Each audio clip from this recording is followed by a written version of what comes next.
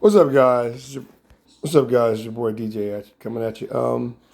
Got a refresh. My Razor Mx650 is back with a vengeance.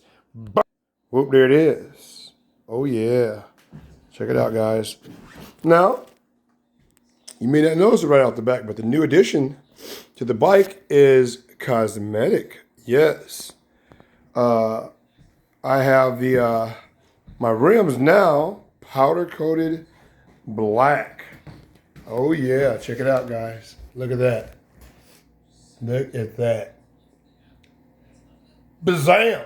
New tire on the back. Ready to roll. I just took it around the block. Did great. And I have to say, guys,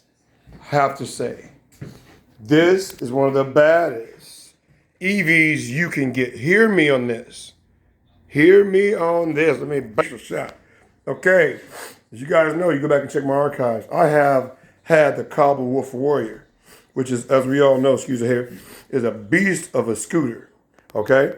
Well, right here, the Razor MX650 is a very inexpensive EV.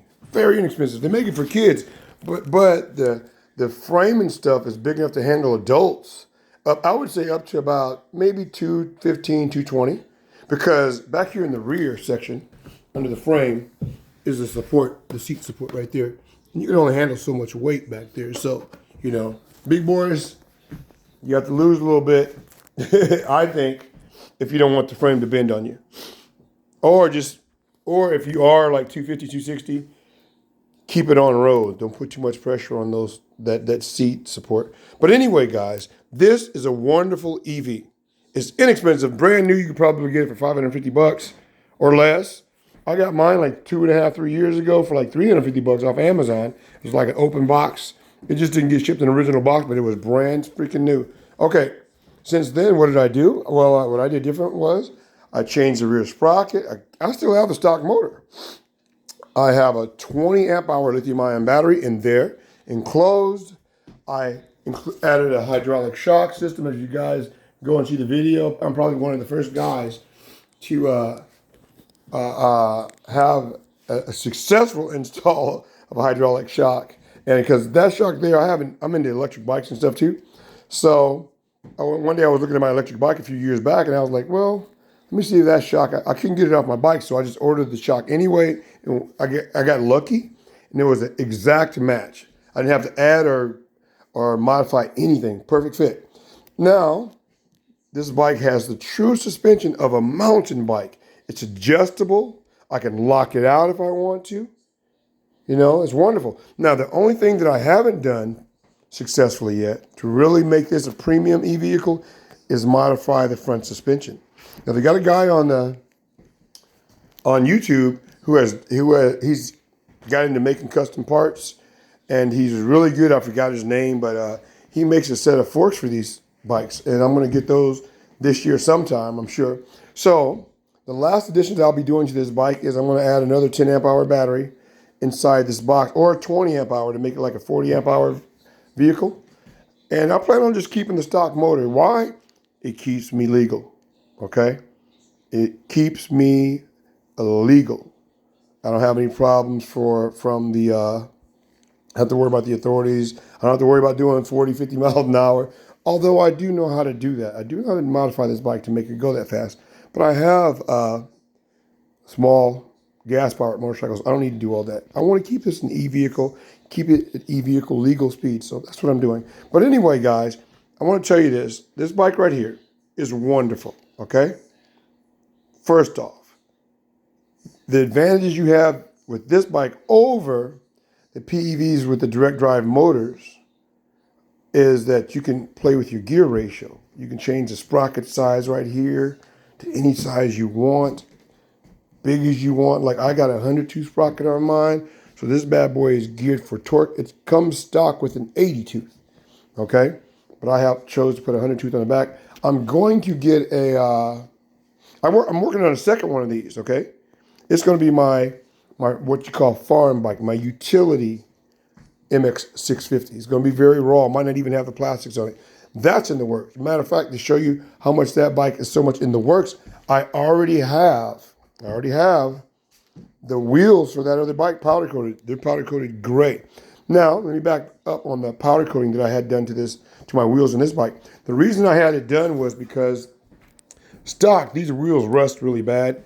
Whatever Razor does, they do it cheaply, I guess, as far as rust treatment on the metal of the wheels. So if you can get your wheels powder coated or just sand them off if they get any rust on them and paint them real good. Because like I said, I got this bike new, and man, over the couple of years, rust got real bad on the wheels. So sanded it all down. I was like, I'm going to get that taken care of. And I got my wheels powder coated. So the two additions that I plan on doing are simply the front forks. I want to get that, and then I'm going to get hydraulic brakes on this bad boy. Right now, I have the mechanical brakes, and they work fine because this bike only tops out at like 21, 22 miles an hour, which is legal, which is fine. So I have no problem with the speed, no problem at all. I'll ride this to work, and it's a 16.3 mile trip up and down hills, and it does fine. Now I'm doing that off a 30 amp hour battery, too. So this bike is wonderful, guys. I can't say it enough. Again, I had the Cobble Wolf Warrior. This thing rides much better than the Cobble Wolf Warrior by far. I mean, you really it has no option but to ride better because of the bigger wheels, right? And you're not paying out $2,700 to $3,000. So all these little 10-inch wheel PEVs that you see, this thing smokes them all, period.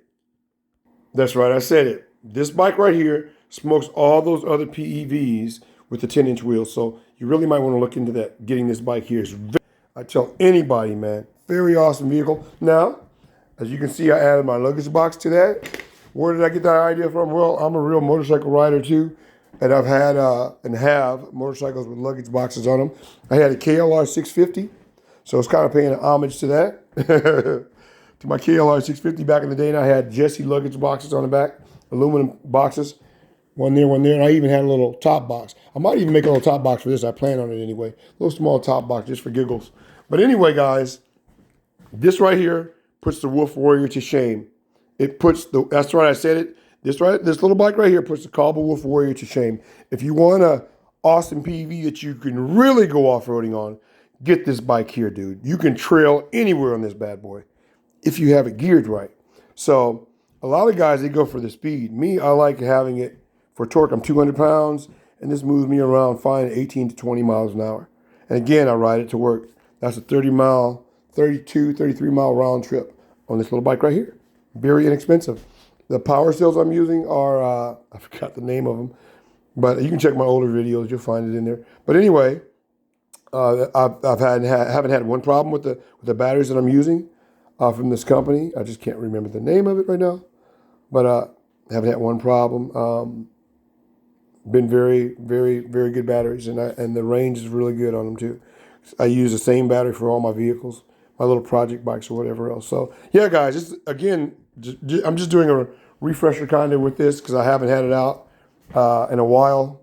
It's wintertime here in Illinois, but I was just kind of dragging my feet because the cold weather is coming. But we had a nice sunny day today, so I pulled it out and decided to take it for a rip, and it did great. And that's my first time riding it around with the new wheels all blackened with powder coat. So now I don't have to worry about those wheels rusting apart. What else can I say about the bike? Guys, this thing is wonderful. It was so comfortable to ride, And I mean, in a seated posture like a regular motorcycle, it's like a little 50cc, Honda. Something like that, guys. But it just sits up higher. So if you can get your hands on one of these, like I said, I have a second one that I'm going to be building for utility. And just so you guys know, I use this bike right here for utility too. I have a wagon that I attach, or a trailer that I attach to the rear wheel. I go to Home Depot, do shopping. I load bricks, everything else on this bike. And yeah, I load it up, guys. And it can haul, 50, 60 pounds, no problem. No problem at all. Why? Because I'm using a gear ratio designed for torque, geared toward torque more than speed. So my next one that I'm going to do, I'm going to put like 110 size sprocket on the rear. It's going to really have a lot of low end grunt for hauling stuff. And I'm just sticking with the stock DC motor too, guys. Why not? It's a wonderful motor. And if you gear it properly, it will not overheat.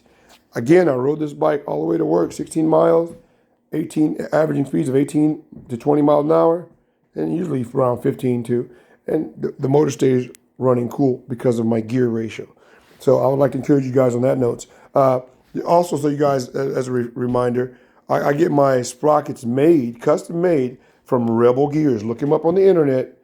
Rebel Gears. They will custom make you a sprocket for like 50, 60 bucks.